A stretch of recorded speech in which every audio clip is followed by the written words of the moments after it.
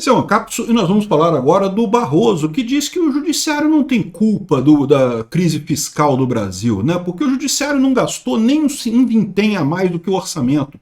Pois é, Barroso, não, mas tem culpa sim, porque poderia ter gastado a menos que o orçamento, né? Se tivesse gastado a menos que o orçamento, teria ajudado a evitar a crise fiscal.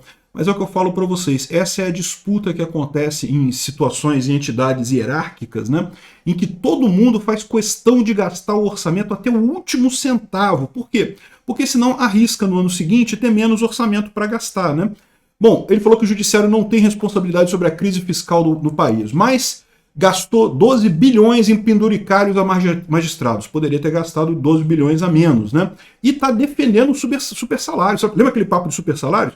Mas eu avisei para vocês, é impossível. Eu concordo que a gente deve acabar com super salários. Não vai acontecer. O que eu falei para vocês? O juiz vai olhar para isso e falar, não, eu não quero, pô, eu ganho super salário também, eu quero os penduricários também.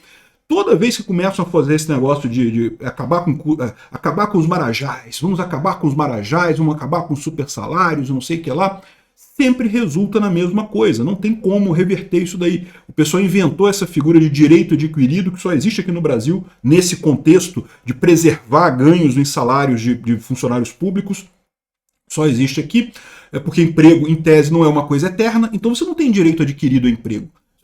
Amanhã você pode ser demitido, porque como é que você tem direito adquirido ao emprego? Né? Não faz sentido isso. Enfim, mesmo com a estabilidade do funcionalismo, em tese, você pode ser demitido amanhã, porque você pode cometer um ato grave e pode ser demitido do funcionalismo depois de uma coisa. Então ninguém tem direito adquirido a salário.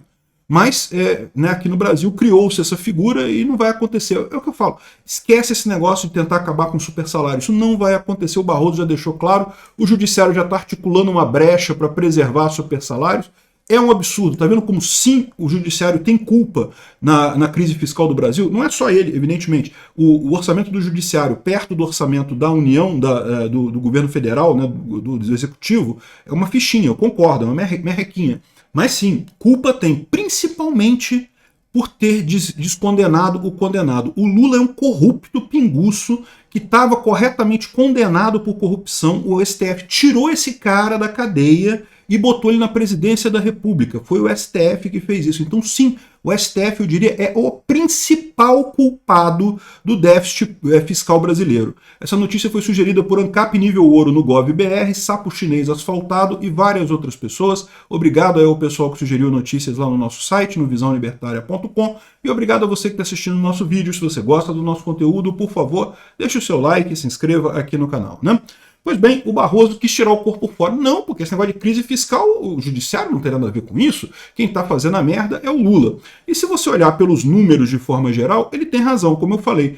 O orçamento, tanto do judiciário quanto do legislativo, é fichinha perto do orçamento do executivo. O executivo é que é o poder que tem realmente o orçamento gordo, né? Que tem onde estão o grosso dos gastos e coisa e tal.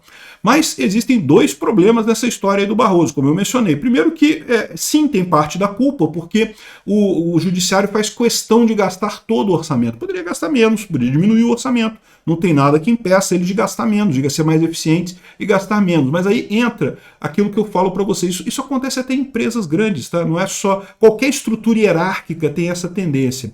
Se o seu departamento tem um orçamento, sei lá, você tem 10 milhões de reais para gastar esse ano. Se você gasta... Fui eficiente, vou gastar só 5 milhões.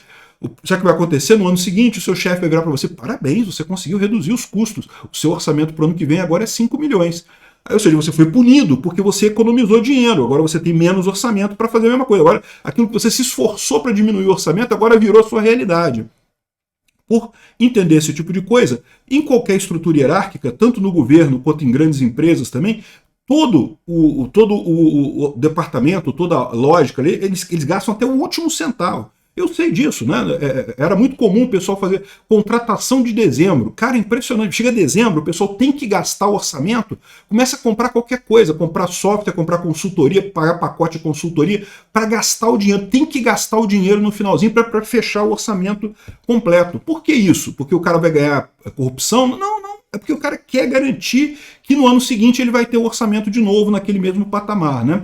você gastar menos do que foi designado para você pode indicar, primeiro, que você é incompetente, que você não teve capacidade gerencial para gastar aquele orçamento que foi designado, e segundo, te punem com a diminuição do orçamento se você fez isso de propósito para reduzir o orçamento do seu departamento. Então, todo mundo fica nessa. E quem que se ferra nisso daí?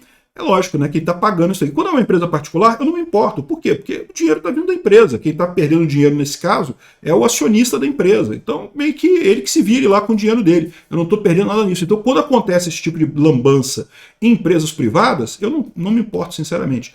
Agora, quando isso acontece no governo brasileiro, quem está pagando é a gente, né? É o meu dinheiro de impostos, é o seu dinheiro de impostos que está bancando isso daí. Esses 12 bilhões em penduricalhos aqui que os magistrados têm, certamente poderiam não ser pagos. Era 12 bilhões a menos na crise fiscal brasileira. Olha para você ver aí como o Lula está fazendo uma limpa no Bolsa Família, tirando pessoas que supostamente não deveriam estar lá, mas eu tenho certeza que muitos ali estão... Está sendo injusto isso com muita gente, para tirar também coisa de 16 bilhões. Olha só, 12 bilhões já é a economia do judiciário, né?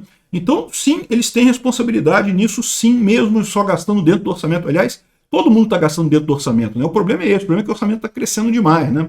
Enfim, outra coisa que eu falo para vocês, que é culpa do STF, é justamente a grande culpa. É o que eu falo para vocês, o STF é o principal culpado pelo déficit fiscal brasileiro. Por quê? Porque botaram o Lula na presidência. Todo mundo sabia que o Lula gosta de gastar como se não houvesse amanhã, que ele ia quebrar a economia, que ele ia dar problema com déficit fiscal. Isso era óbvio desde o início, todo mundo falava isso, né? No entanto, o STF, por conveniência política, sem absolutamente nenhuma razão de direito, tirou o cara da cadeia, botou o cara na presidência da República, anulou todos os processos para o cara poder concorrer, botou o dedão na balança lá do STF, do TSE, para justamente ajudar a eleger o cara, né? O lado do Bolsonaro não podia falar nenhuma crítica ao Lula, que era logo fake news, tem que tirar, derruba aí, não sei o que lá, enquanto o outro lado podia falar o que quisesse, que não estava nem aí. Pode chamar de genocida, pode chamar de nazista, pode chamar de fascista, pode chamar do que for, não está nem aí. Ou seja, o pessoal botou o dedão na balança lá e elegeram o cara. Então, o déficit fiscal é decorrência da eleição do pinguço corrupto, né? Ou seja, o TSE é o principal culpado do problema fiscal brasileiro. Eu espero que todo mundo lembre, né?